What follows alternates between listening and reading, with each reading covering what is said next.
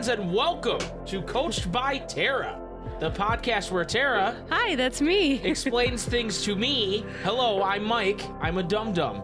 We are live. We are freaking live for the first time ever here on twitch.tv/SuperSpikeGhetti Bros. Yes. And we are going to be going through chapters 22 and 23 today. It's happening. Hello, everybody. Welcome. I'm clapping a lot. We are, if for some reason you're starting with the live episode, we've been going through the Twilight book, the first Twilight book by Stephanie Meyer, and we're getting to a very integral point in this book. Before we get to these chapters, I got to recap what happened in the last chapter. You got to recap. That's what we do. So the last chapter... And once again, as always, I forget the name of the last chapter. It was called Phone Call. Because I always remember.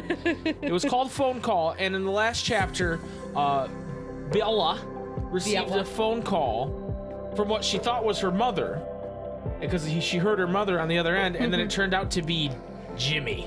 Jimmy. Yeah, Tara, what's your book? My book is on my phone, actually. Tara, this is behind the scenes. Tara uses a digital book. As a side note, I have like the whole series. Like I bought like a digital version of like the whole series for my phone, even though I own them on book. Yeah, she wanted just to have it on her phone. I wanted to have it on my phone so I can read it everywhere. What a fake book fan. Immersion broken, unpatchable. Oh no, Tara, what have you done? I don't know. Podcast is ruined. Anyway, last episode, Bella got a call, and it was James, and he was being real creepy, and he was like, say hello, Mom, I missed you, and like shit like that. Wait, I just thought of, what if I didn't have the book the whole time and I was just knowing it? You should have pretended just to know it. Like just have the phone off camera and you're just like looking down like this. I just knew like every single line. That would have been from hype memory. as shit. Anyway, sorry, I didn't mean to interrupt again. Bella follows his instructions basically, and he instructs her to lose them at the next chance she has and meet him at her house, her mom's house. And so she kind of lies to Alice when Alice, is like, is everything okay? And she's just like, yeah. But she really is shaken up, and she's going to try to lose them at the airport to meet Jimmy. Yes. That's basically all the chapter was. I mean, it was a pretty short chapter. I think everyone was a little bit like, oh my God. Yeah, everybody was like, really? That's it? That's it? I know. So that was it for that chapter. So now the next chapter, I actually know. Oh, you do? It's chapter 22. Oh. Hide and Seek. Oh, you looked it up for that. I looked it up for that. Okay. So we're going to be talking about chapter 22, Hide and Seek. Yes. Tyler, if you can hit us with that emote-only mode. But do you have any predictions, or are you doing that predictions. Right now? Do you want to? Do you know? Do you think you know? I mean, obviously... the whole chapter is going to be about the Imogen Heap song, Hide and Seek. Oh, yeah, that's right. What you say, ooh, that you only meant well, of course you did. Pretty sure that song came out like 10 years before the series. But that is all for because it is what you say, ooh, that is just what we need, and you decided this, ooh, what you say, ooh, what did she say? Or I could do the Jason Derulo version if people prefer that. No, I don't.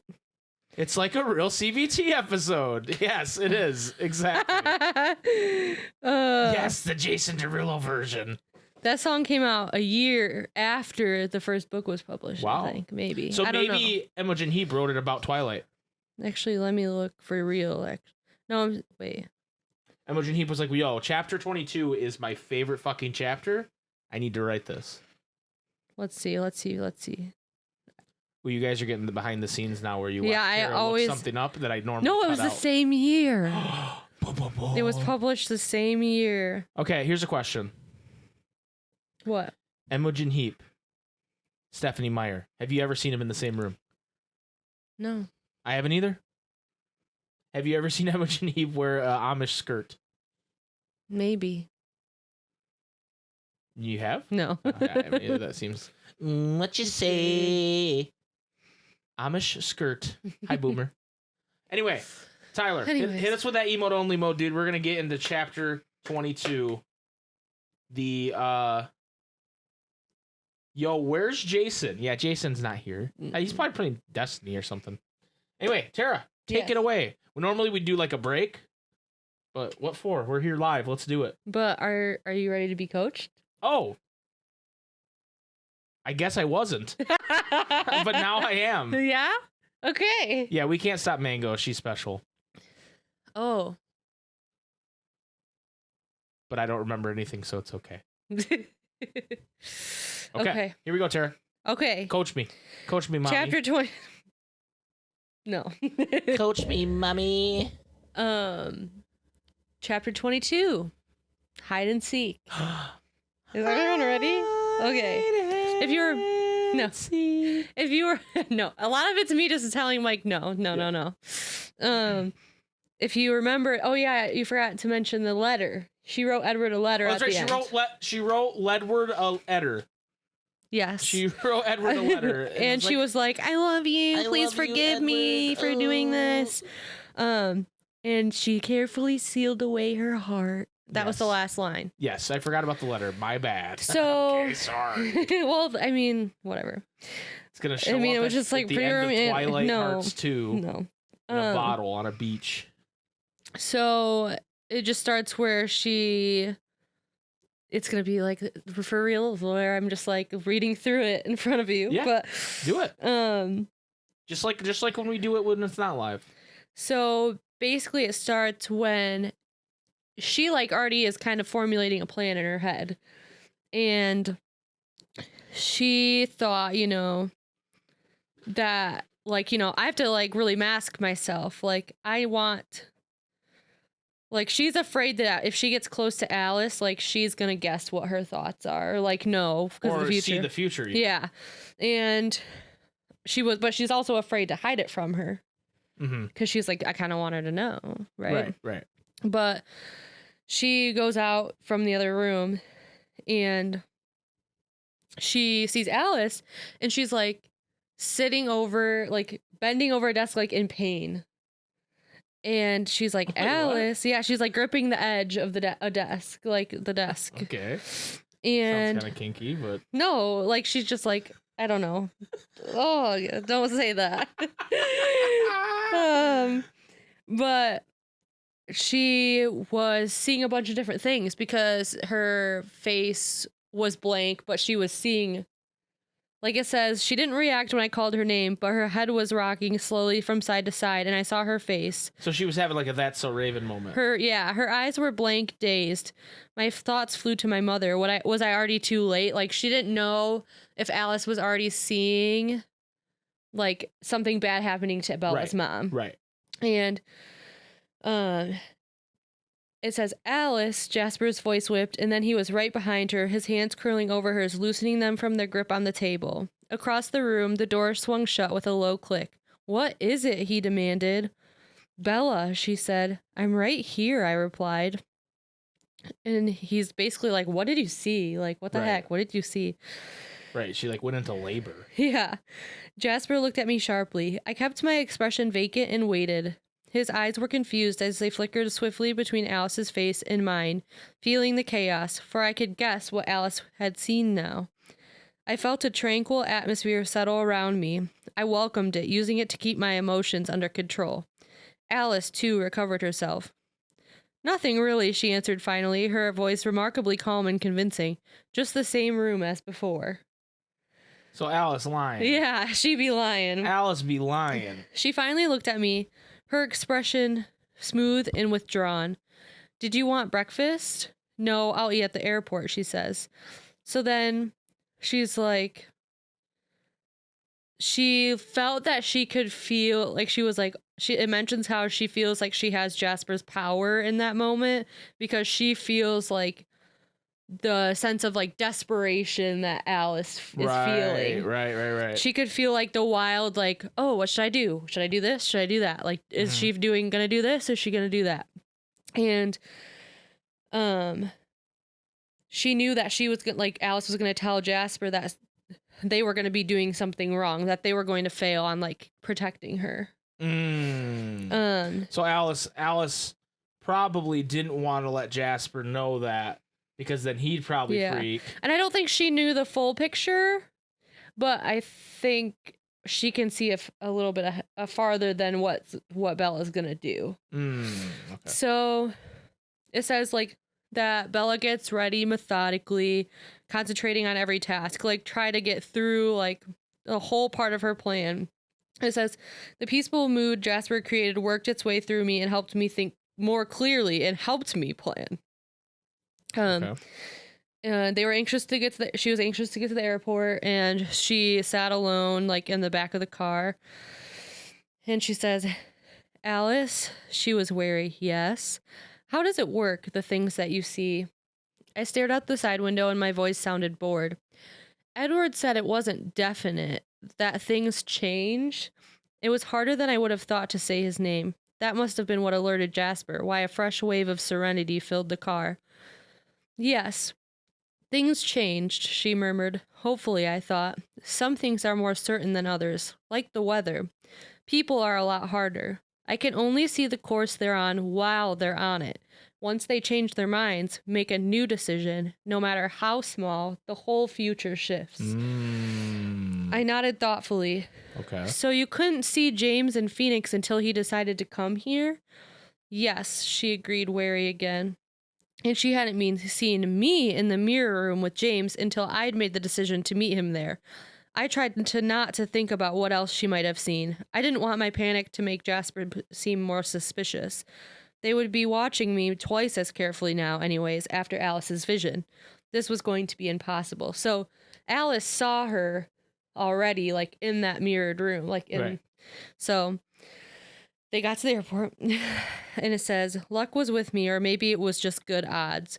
Edward's plane was landing in Terminal 4, which was the largest terminal where most flights landed, so it wasn't surprising that his was. But it was also the terminal I needed, the biggest and the most confusing, and there was a door on level 3 that might be my only chance. We parked on the 4th floor. What? It's just fun. People posting emotes is just making me laugh. We parked on the 4th floor of the huge garage. She basically, they go into the airport. They go into the airport, and they're spent, like, she's watching Alice and Jasper spend their time discussing like which city to flee to next, technically, because that's what Alice and Jasper's plan is to have Edward and all of them together and like go to a different place. Right. Get out of Arizona. Yeah. Get the heck out of Dodge. But also that would put her mother at risk. Right. So she would but she's just hearing them discuss, the pros and cons of going to New York, going to Atlanta, going to Chicago. And Chicago, that's where Edward's from. Yeah. And it says places I'd never seen and would never see. She's like thinking that she's going to die. Right. Her ass is dead. Her ass is dead. And the rest of the books are about mourning her. Right, exactly, right? So she's waiting, like, basically for her opportunity to run. Like, she is like, I don't know, like, what the right path is for that. Or, like, I don't know what to do. She's like, do I, like, run? Would they dare to stop me, like, physically by, like, running after me fast in front of other people? Or would they simply just follow me? Like, she's thinking about everything going on. Right. And she pulls out the letter, and she makes it known that she like pulled it out, and Alice like sees, and she's like, oh yeah, it's my letter, like, because she thinks she has to bring the letter to her mom, or right? Yeah, she thinks it's a letter for her mom, but it's actually for Edward. She told Alice it was for her mom? Didn't she? I don't remember. I gotta go back now. Oh jeez. This is what I always do. Yeah, she says, if I write a letter for my mother, would you give it to her? Leave it at the house, I mean. Got it. So now I gotta go back. And she, like, the minutes are passing, and like she's like, I know Edward's super close, and it's like awful because she's like not gonna see him. Right. And high water. She knew that it was impossible for her to get away the moment that Edward was there. So it's just like... So she has to do it before Edward gets off the plane. She has to do it. He doesn't care. He will murder everybody in the airport just to get to Bella. Yep, exactly. He'll murder them all. I think he would murder everybody. Yeah. I think he would do it. And then Once she had only 30 minutes to make her escape, she was like, the numbers changed. The plane said it was going to land 10 minutes earlier, and she was like, I got to do it now. And she finally tells Alice, like, I think I'll eat now. And Alice says, I'll come with you. And she says, do you mind if Jasper comes instead? I asked. I'm feeling a little... I didn't finish the sentence. My eyes were wild enough to convey what I didn't say. Jasper stood up. Alice's eyes were confused, but I saw to my relief, not suspicious. She must be attributing the change in her vision to some maneuver of the trackers rather than a betrayal by me. Jasper walked silently beside me, his hand on the small of my back, as if he were guiding me. I pretended a lack of interest in the first few airport cafes, my head scanning for what I really wanted. And there it was, around the corner, out of Alice's sharp sight, the level 3 ladies' room. Do you mind? I asked Jasper as we passed. I'll just be a moment. I'll be right here, he said. As soon as the door shut behind me, I was running. I remembered the time I had gotten lost from this bathroom because it had 2 exits. So she went right in one and out the other. Got it. Outside the far door, it was only a short sprint to the elevators, and if Jasper stayed right where he was before, I'd never be in his line of sight. I didn't look behind me as I ran. This was my only chance, and even if he saw me, I had to keep going. People stared, but I ignored them. Around the corner, the elevators were waiting, and I dashed forward, throwing my hand between the closing doors of a full elevator headed down. I squeezed in beside the irritated passengers and checked to make sure that the button for level 1 had been pushed. It was already lit and the doors closed. It's lit. It's lit. It's lit. So a great escape from Bella. A great escape. As soon as the door opened, I was off again, to the sound of annoyed murmurs behind me.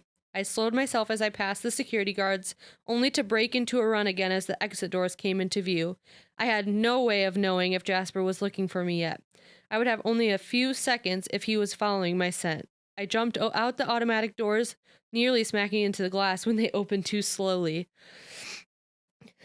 I had no time. Alice and Jasper were either about to realize I was gone or they already had. They would find me in a heartbeat. A shuttle to the Hyatt was just closing its doors a few feet behind me. Wait, I called, running, waving at the driver. This is a shuttle to the Hyatt, the driver said in confusion as he opened the doors. Ma'am, this is a Wendy's. Ma'am, this is going to a Hyatt. Ma'am, this is a shuttle to the Hyatt. Yes, I huffed. That's where I'm going. I hurried up the steps. He looked confused at my luggageless state, but then shrugged, not caring enough to ask. Ma'am, this is a Hyatt. So she did it. She did it. She escaped. She escaped. She's fucking Houdini. Yeah, she's Houdini. That's for sure. She was chained up in the barrel going down Niagara Falls, and she made it out. Wow. Did Houdini do that? I don't really know. Did he? I think he did. I think that's one of the things he did. He got in a barrel. That doesn't sound right. He was chained up and he got in a barrel, and then he went out the Niagara Falls, and then he escaped. No, something. no, you would die. No, you would die. No, not Houdini. I don't know. He's fucking magic. What do you mean? He's I don't great know. Houdini. I don't think Houdini did that. I'm looking it up. More now. like the great Houdini. Am I right? Am I right? Houdini, no? Niagara Falls. This is what I do. Is I only look up stupid stuff that we do. That's fine. It says, for some reason, many people think Houdini went over Niagara Falls in a barrel. Of course, this was one daredevil stunt that Houdini did not perform. Oh, well, because he escaped it. He escaped having to do it. That's what I meant. The closest he came was swimming the rapids of the Niagara River for the climax of his film, The Man from Beyond. That's kind of funny that it literally says in bold, for some reason. Some idiots. Some idiots. Because he's great. He's the great Houdini. Oh, there is a magician that died going over Niagara Falls, though. Oh, wasn't Houdini. He was a Czech guy. Why'd you say it like that? I thought I wasn't going to be able to say it. A Czech? Like a Czechoslovakian? Yeah. Oh. Tara wrote the article. Tyler figured it out. For some reason. For some reason. Really, Tara? Really? Dang, yeah. Have you ever seen that emote, Tyler, really? Like, really, Tara? I have it. It's so good. Okay. Best emote on Twitch. For sure. Houdini didn't do it. His copycat did and died. Oh, so that guy was Right. like, I'm going to be better than Houdini. And then he died. Yeah, you freaking die going over that. Jeez. Goes to show you no one's better than Houdini. Right? Anyways.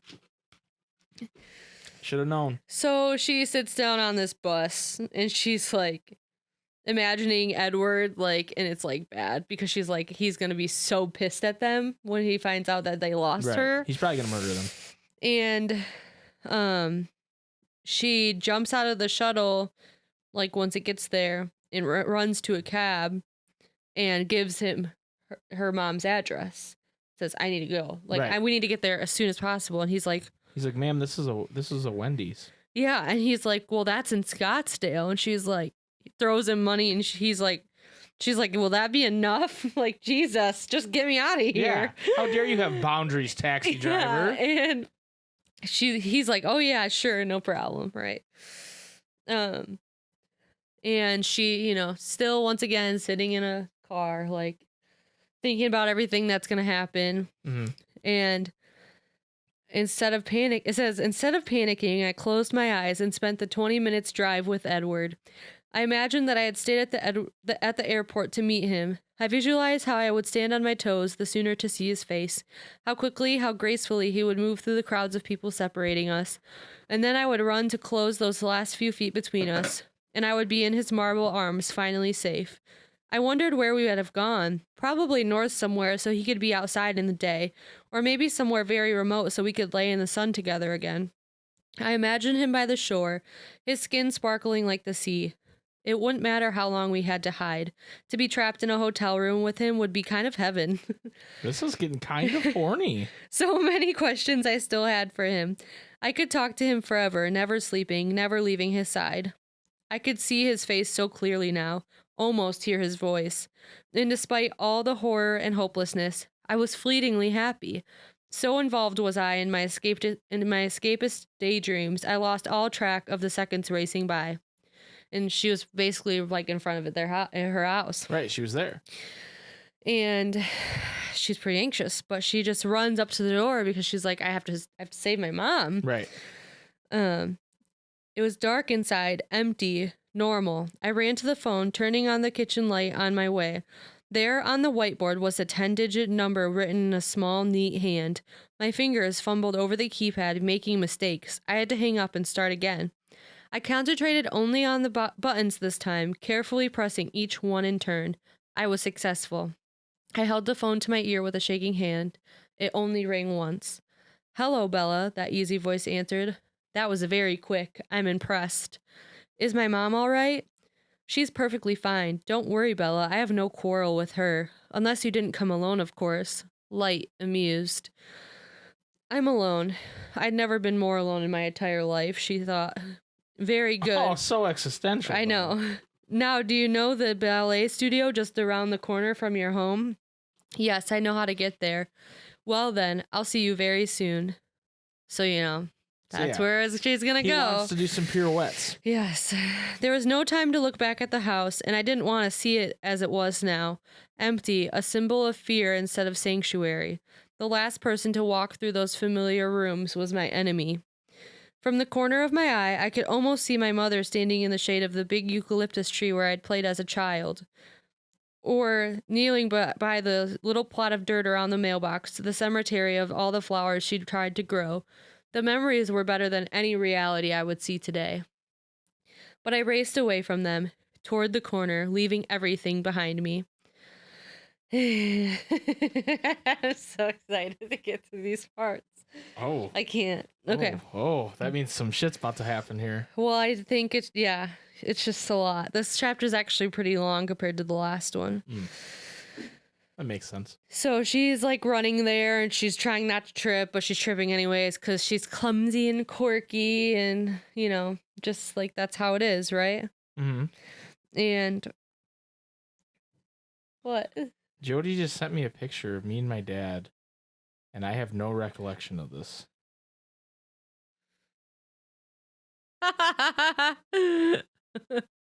we're interrupting this message to see a very old photo of Mike and his dad. Here, I'll keep reading. I'll load it up on Discord and I'll show you guys what it is because it's pretty ridiculous. So she's, she's quirky.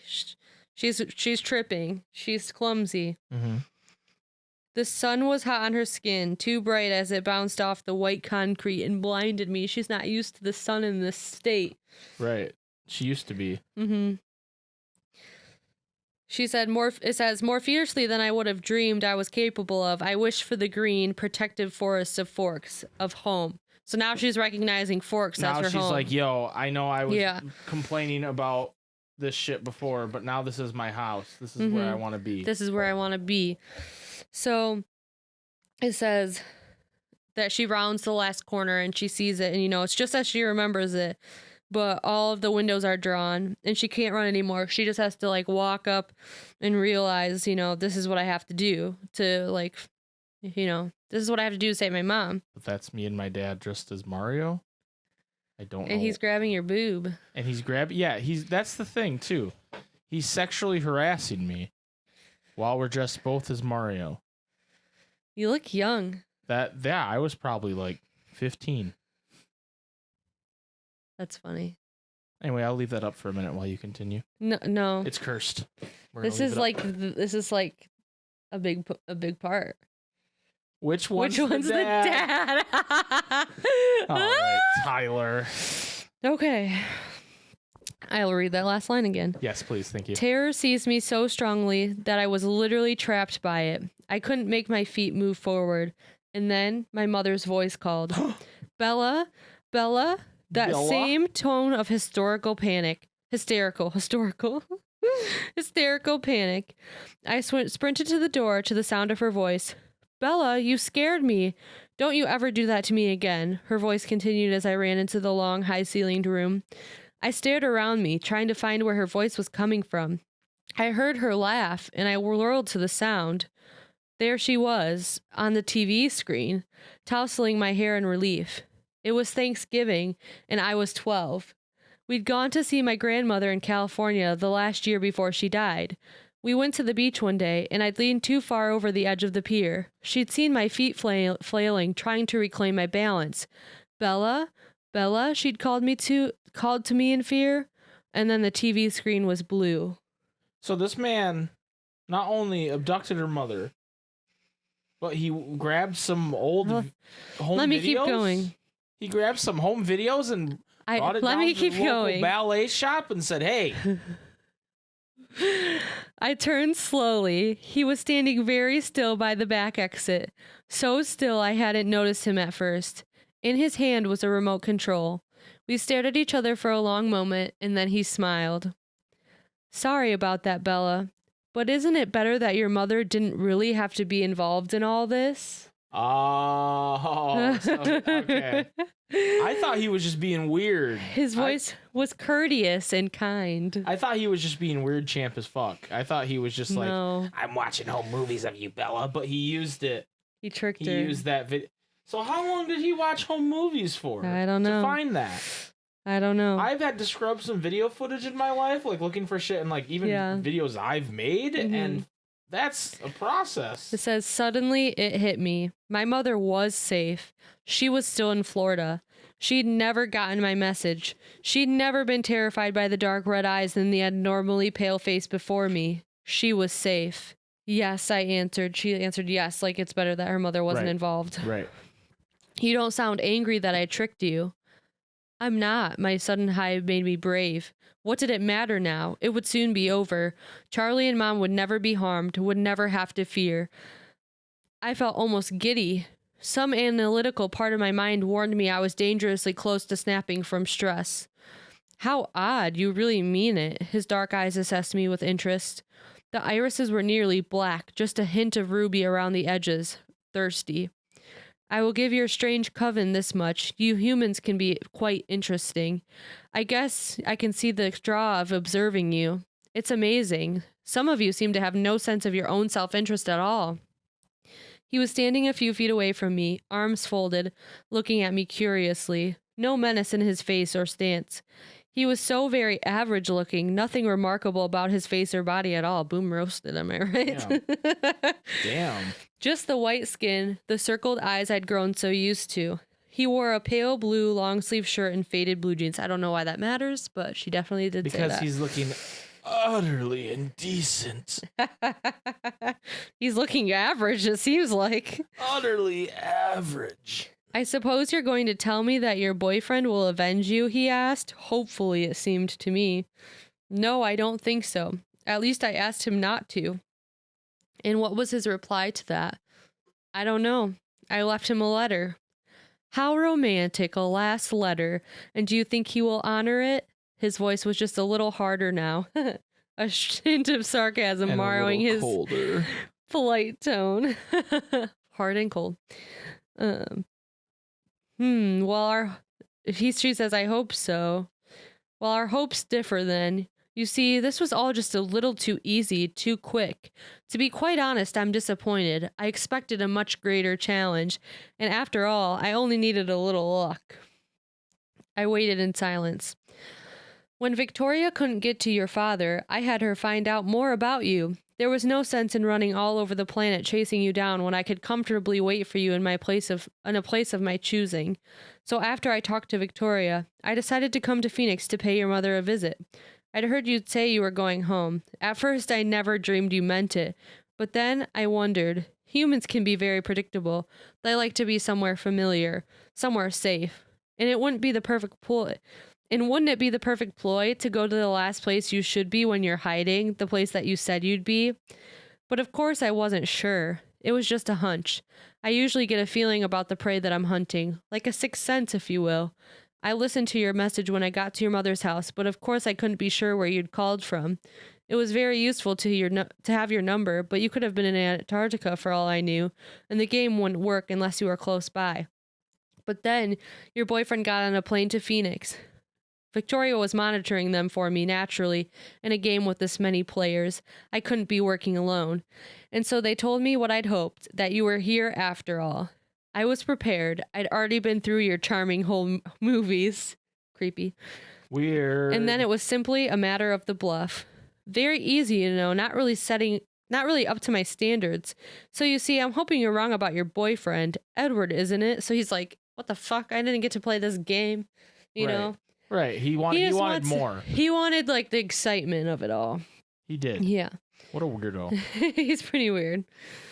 So but basically she's like, great, there's no glory in beating me, a weak human. Would you mind very much if I left a little letter of my own for your Edward? He took a step back and touched a palm-sized digital video camera balancing carefully on top of the stereo. A small red light indicated that it had already been running. He adjusted it a few times and widened the frame. I stared at him in horror. I'm sorry, but I just don't think he'll be able to resist hunting me after he watches this, and I wouldn't want him to miss anything. It was all for him, of course. You're simply a human who unfortunately was in the wrong place at the wrong time. And indisputably running in with the wrong crowd, I might add. I just saw Corinne's comment. Is that what you were laughing? Yeah. He's into edging. For sure. Corn, known freak. He stepped toward me, smiling. Before we begin, I felt a curl of nausea in the pit of my stomach as he spoke. I would just like to rub it in, just a little bit. The answer was there all along, and I was so afraid Edward would see that and ruin my fun. It happened once, ages ago, the one and only time my prey escaped me. Isn't that kind of creepy? Like, you kind of think he's going to be, like, actually really creepy, right? You think he's going to do something, like, really weird to her? Yeah. In that moment? He's a fucking weirdo. Yeah, he's a weirdo. You see, the vampire who was so stupidly fond of this little victim made the choice that your Edward was too weak to make. When the old one knew I was after his little friend, he stole her from the asylum where he worked. I never will understand the obsession some vampires seem to form with you humans. And as soon as he freed her, he made her safe. She didn't even seem to notice the pain, the poor little creature. She'd been stuck in that black hole of a cell for so long. So he's describing what happened before. Mm-hmm. Do you understand? Yeah. 100 years earlier, and she would have been burned at the stake for her visions. In the 1920s, it was the asylum in the shock treatments. When she opened her eyes, strong with her fresh youth, it was like she'd never seen the sun before. The old vampire made her a strong new vampire, and there was no reason for me to touch her then. I destroyed the old one in vengeance. Alice, I breathed, astonished. He had just told the story of how Alice came to be. I forgot that this is in this chapter, to be honest with you, because I don't think they talk about it much in the movie. Someone would have to correct me, but... So, he wanted to eat Alice. So... He wanted to eat Alice. I think he wanted to, like... Tyler says it's not in the movies. He didn't know Yeah, okay. I didn't know this. It's not in the movies. I forgot all about that. Okay, yeah. So he wanted to eat Alice, and she was in, like, a mental asylum? So... I'll read it a little bit again. It says the vampire who was so he found the chase because of like a vampire he already knew was obsessed with Alice as a human. Right. But instead of Alice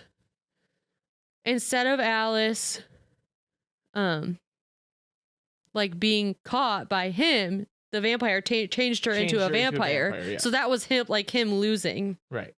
So she's like, oh my God, like you just told me the story about Alice. Right. He says, yes, your little friend. I was surprised to see her in the clearing. So I guess her coven ought to be able to derive some comfort from this experience. I get you, but they get her. The one victim who escaped me. Quite an honor, actually.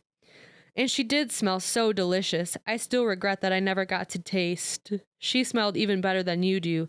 Sorry, I don't mean to be offensive. You have a very nice smell, floral somehow. I don't like that. Isn't that crazy though? I'm glad that everyone told me that that's not in the movies because I figured it wasn't, but I always get confused because I've read the books so much. But it's such a good backstory, but yeah. Unexpected. Very unexpected. He took another step toward me till he was just inches away. He lifted a lock of my hair and sniffed at it delicately. He reached up to stroke my cheek once quickly with his thumb, his face curious. I wanted so badly to run, but I was frozen. He's like, no, I don't understand, to himself. Well, I suppose we should just get on with it, and then I can call your friends and tell them where to find you in my little message. Because he's like, I don't understand why, I think he was just saying, like, I don't understand why vampires get so obsessed with humans, but whatever. Seems like he does understand. He does kind of understand. Freak. Yeah, he's a freak. He's a freak vampire. And so then she's like, great, pain's coming, right? He stepped back and began to circle, as if he were trying to get a better view of a statue in a museum. His face was still open and friendly as he decided where to start. Then he slumped forward into a crouch I recognized, and his pleasant smile slowly widened, grew till it wasn't a smile at all, but a contortion of teeth exposed and glistening. I couldn't help myself. I tried to run, as useless as I knew it would be, since my knees were weak already, and panic took over, and I bolted for the emergency door. He was in front of me in a flash. I didn't see if he used his hand or his foot. It was too fast, but a crushing blow struck my chest. I felt myself flying backwards, then heard the crunch of my head bashing into the mirrors. The glass buckled, some of the pieces shattering and splintering on the floor beside me, and this was being all recorded by him. That's a very nice effect, he said, examining the mess of glass, his voice friendly again. I thought this room would be visually dramatic for my little film. That's why I picked this place to meet you. It's perfect, isn't it? So creepy. So creepy. Don't like that. Don't like that. I ignored him, scrambling on my hands and knees, crawling toward the other door. He was over at me at once, his foot stepping down hard on my leg. I heard the sickening snap before I felt it. But then I did feel it, and I couldn't hold back my scream of agony. I twisted up to reach for my leg, and he was standing over me, smiling. Would you like to rethink your last request? He asked pleasantly. His toe nudged my broken leg, and I heard a piercing scream. With a shock, I realized it was my own. Wouldn't you rather have Edward try to find me? He prompted. No, I croaked. No, Edward, don't. And then something smashed into my face, throwing me back into the mirrors. Over the pain of my leg, I felt a sharp rip across my scalp where the glass cut into it. And then the warm wetness began to spread through my hair with alarming speed. I could feel it soaking the shoulder of my shirt, hear it dripping onto the wood below. The smell of it twisted my stomach, because remember, she doesn't like the smell of blood. Right. This is a lot. This is a long chapter. Through the nausea and dizziness, I saw something that gave me a sudden final shred of hope. His eyes, merely intent before, now burned with an uncontrollable need. The blood, spreading crimson across my white shirt, was driving him mad with thirst. No matter his original intentions, he couldn't draw this out much longer. So she's like, I'm gonna get relief, like I'm gonna die. Which is really sad, but... Let it be quick now, was all I could hope as the flow of blood from my head sucked my consciousness away with it. My eyes were closing. I heard, as if from underwater, the final growl of the hunter.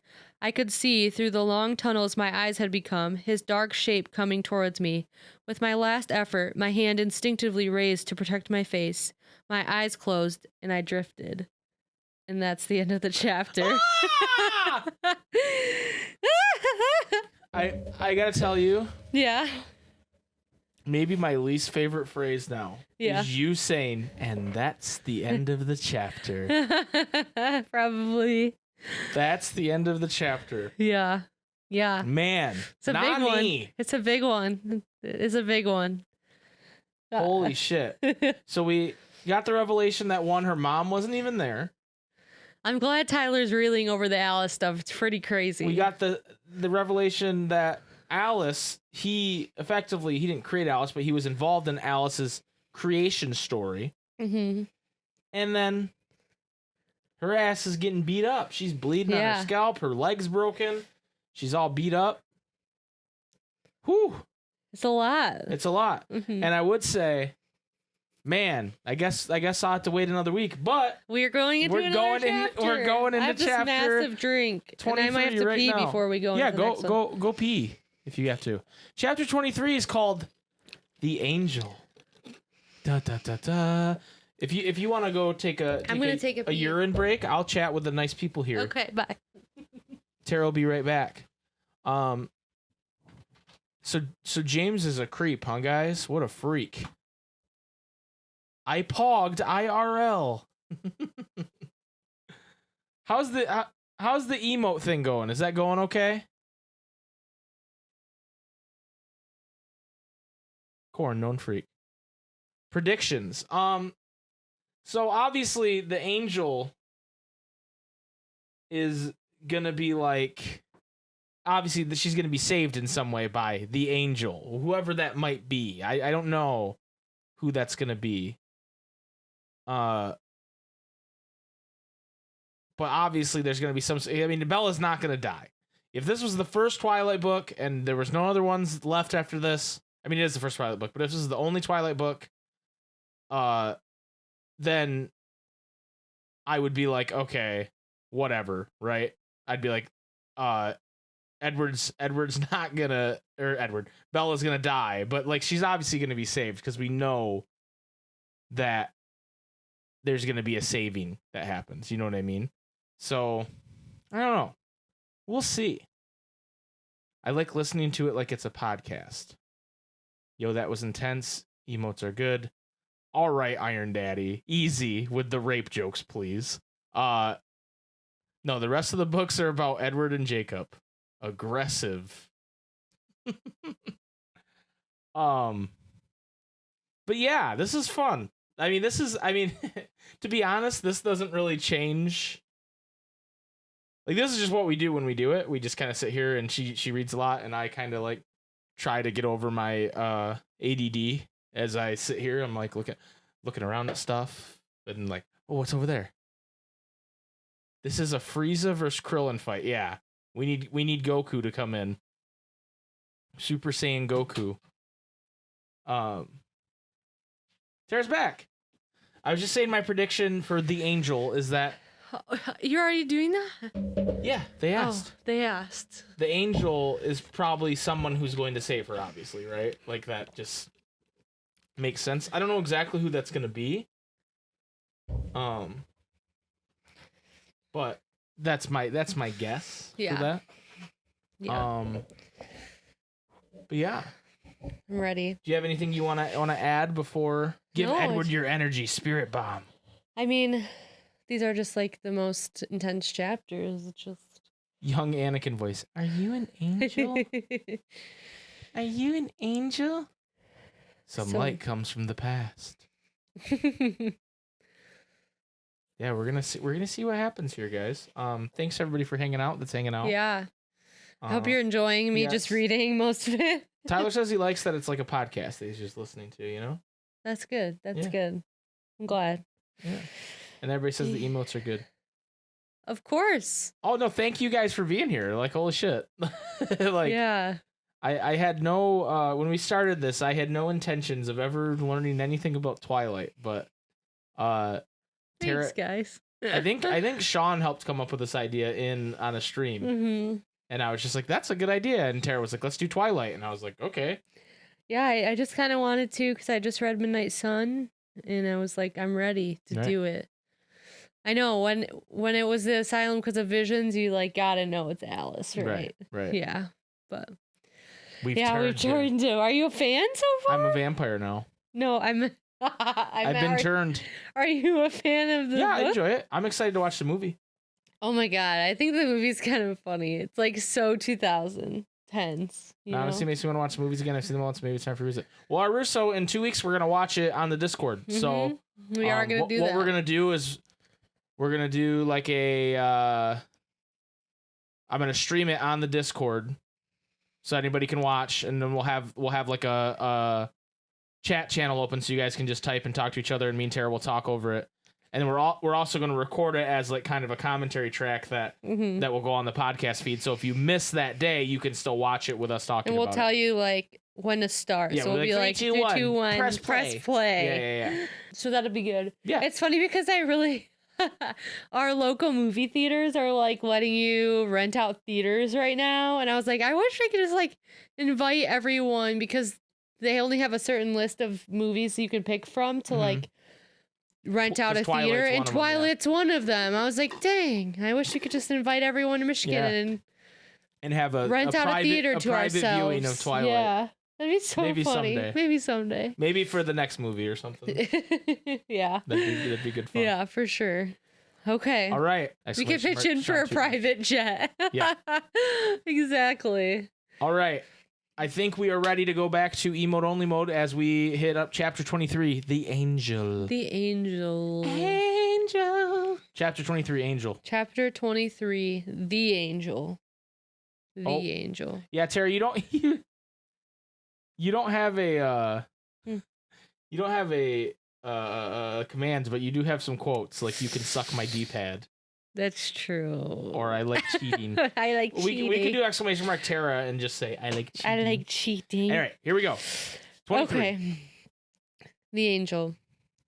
As I drifted, I dreamed. Where I floated under the dark water, I heard the happiest sound my mind could conjure up, as beautiful, as uplifting as it was ghastly. It was another snarl, a deeper, wilder roar that rang with fury.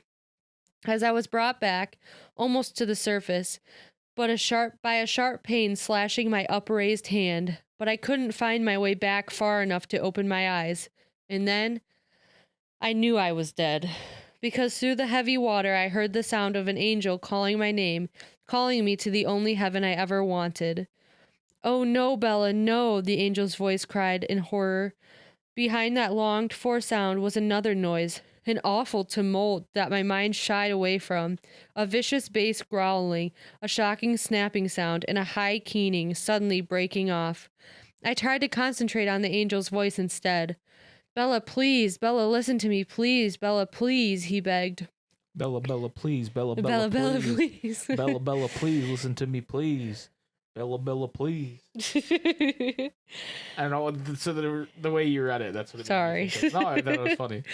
Yes, I wanted to say anything, but I couldn't find my lips. Carlisle, the angel called, agony in his perfect voice. Bella, Bella, no. Oh, please, no.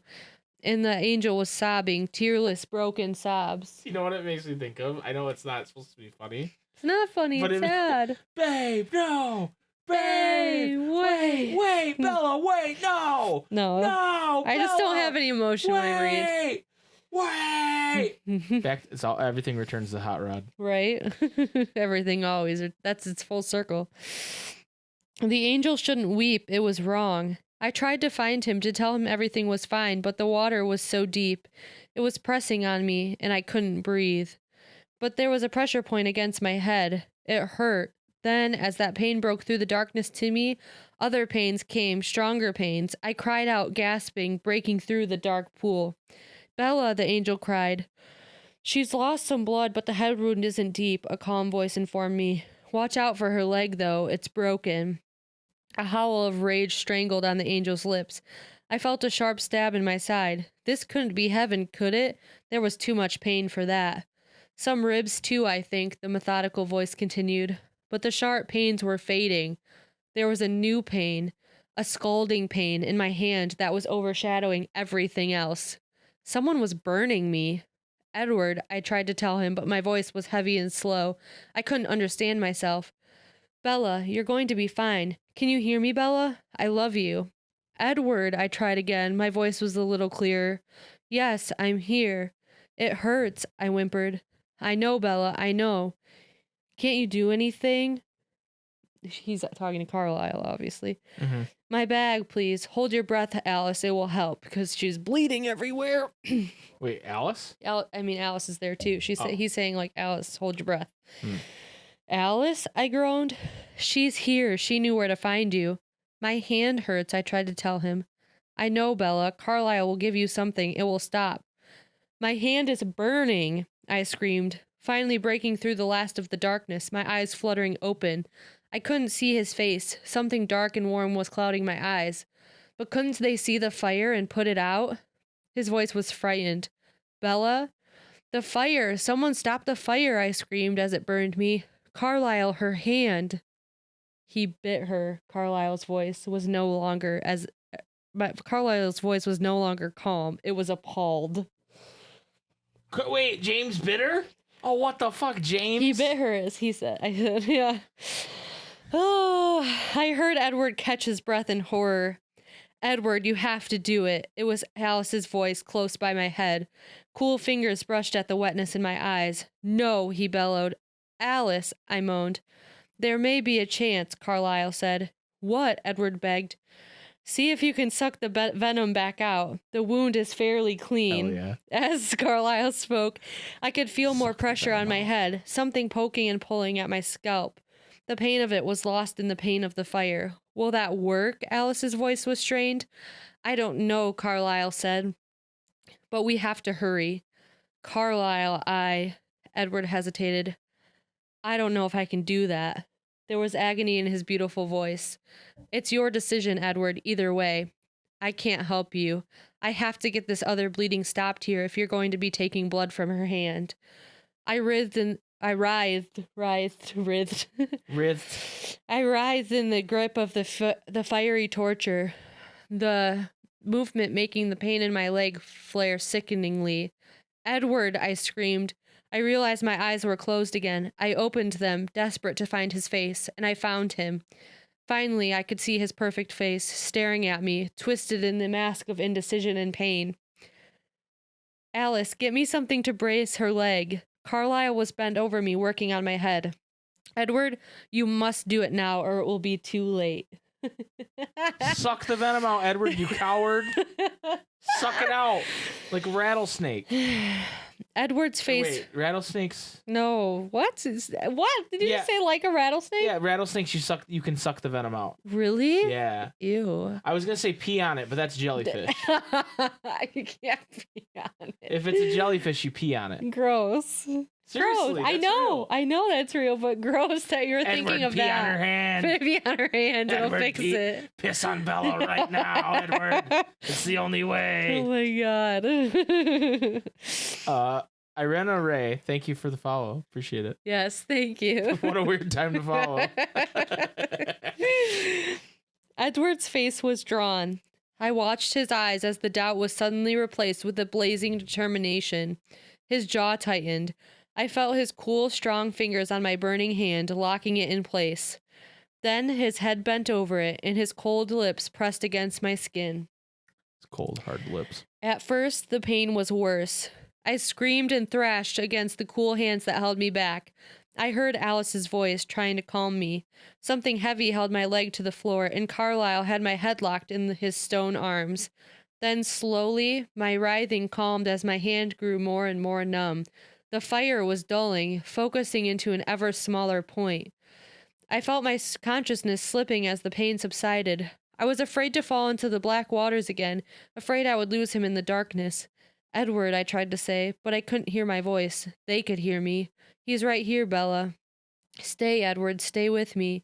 I will. His voice was strained, but somehow triumphant. I sighed contentedly. The fire was gone, but the other pains dulled by a sleepiness seeping through my body. Is it all out? Carlisle asked. Her blood tastes clean, Edward said quietly. I can taste morphine now. Bella, Carlisle called to me. I tried to answer. Is the fire gone? Yes, I sighed. Thank you, Edward. I love you, he answered. I know, I breathed, so tired. I heard my favorite sound in the world. Him. Yeah. I heard my favorite. Han soloed him. That's fucked up. I know. He said, I love you. She's just like, I know. Like, I'm tired now. I know. I heard my favorite sound in the world, Edward's quiet laugh, weak with relief. Bella, Carlisle asked again. What? Where's your mother? In Florida, I sighed. He tricked me, Edward. He watched our videos. The outrage in my voice was pitifully frail. But that reminded me. Alice, I tried to open my eyes. Alice, the video. He knew you, Alice. He knew where you came from. I meant to speak urgently, but my voice was feeble. I smell gasoline, I added, surprised through the haze in my brain. It's time to move her, Carlisle said.